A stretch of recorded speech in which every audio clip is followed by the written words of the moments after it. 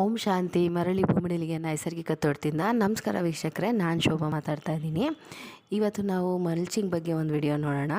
ತೆಂಗಿನ ಮೊಟ್ಟೆಗಳನ್ನ ನಾವು ಈ ರೀತಿಯೂ ಸಹ ಹೊದಿಕೆಯಾಗಿ ಮಾಡ್ಬೋದು. ಮುಂಚೆ ನಾವು ಗಿಡದ ಸುತ್ತ ಮಾತ್ರ ಹಾಕೋತಾ ಇದ್ವಿ, ಆದರೆ ನಮ್ಗೆ ಇವಾಗ ಹೆಚ್ಚು ತೆಂಗು ಸಿಗ್ತಾ ಇದೆ, ನಾವು ಎಣ್ಣೆನೂ ತೆಗಿತಾ ಇರೋದ್ರಿಂದ ನಮಗೆ ಹೆಚ್ಚಾಗಿ ಮೊಟ್ಟೆ ಸಿಗ್ತಾ ಇದೆ.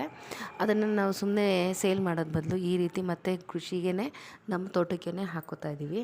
ನೋಡಿ, ನಾವು ಏನು ಒಂದು ಸಾಲಿದೆ ಅಡಿಕೆ, ನೀವು ಏನು ನೋಡ್ತಿದ್ದೀರಾ, ಈ ರೀತಿ ಪೂರಾ ಸಾಲಿಗೆ ನಾವು ಈ ಥರ ಹೊದಿಕೆ ಮಾಡಿದ್ದೀವಿ. ಅದ್ರ ಮೇಲೆ ಒಂದು ಡ್ರಿಪ್ ಲೈನು ಸಹ ಬಿಟ್ಟಿದ್ದೀವಿ, ಇಲ್ಲಾಂದರೆ ಗೆದ್ಲು ಹತ್ಕೊಂಡು ಗಿಡಕ್ಕೂ ಹತ್ಕೊಳ್ಳೋ ಚಾನ್ಸಸ್ ಇರುತ್ತೆ.